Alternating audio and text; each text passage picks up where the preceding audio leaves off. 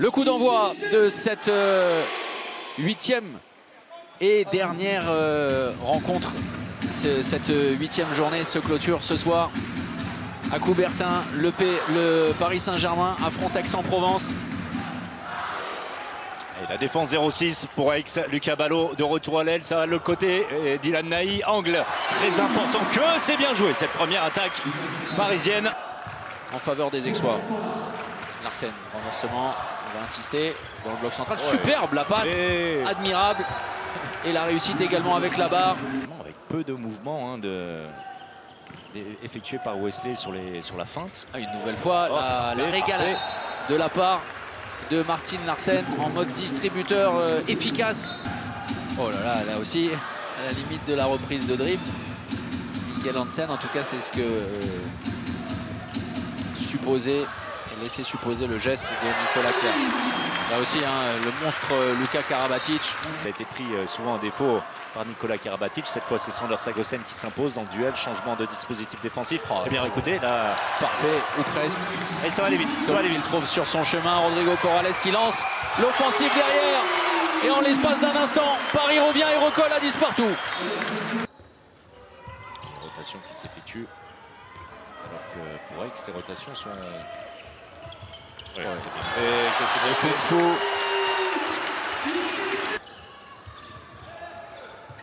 Ballon perdu, ça peut faire très mal cette fin de première période. Oui. Avec Dylan Nahi qui va terminer sa course quasiment dans le but de Wesley Pardin et plus 5 sans pitié. Le duel d'Elohim Prandi face à Nantes, c'était impressionnant.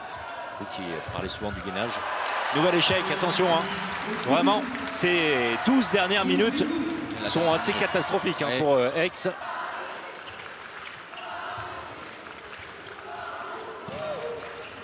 Oh, énorme hors secteur, la cartouche envoyée par Sander Sagosen sur le coin long, le tir croisé magnifique. Obligé de prendre des risques, attention évidemment dans ce cas de figure à Luka Karabatic. Ok, une nouvelle fois, Mikkel Hansen qui oublie complètement son pivot, qui était tout seul à l'opposé, ça va dans tous les sens. C'est le problème, heureusement vraiment qu'il est dans un grand soir. Wesley Pardin. Il marque des points.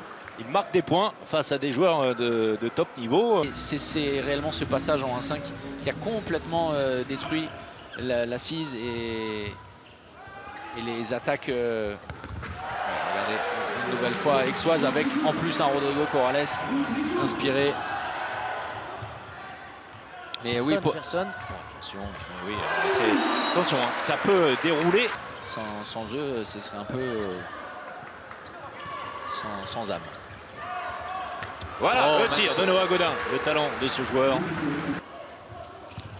puisque vous parlez de Bundesliga rapidement, je ne vais pas vous donner tous les résultats. Oui, ça la passe sautée, remarquable. Ils ont été patients.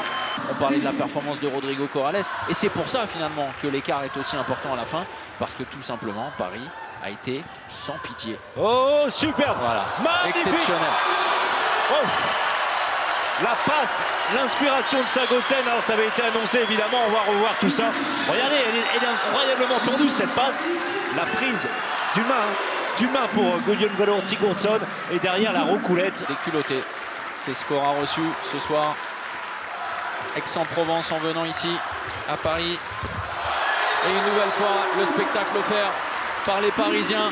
Voilà. Et à défaut d'avoir la sainte victoire, Paris aura infligé à Aix-en-Provence une défaite diabolique. Victoire 36-23. Sans pitié, les Parisiens pour leur adversaire du soir. Giflés, fessés, humiliés dans la capitale.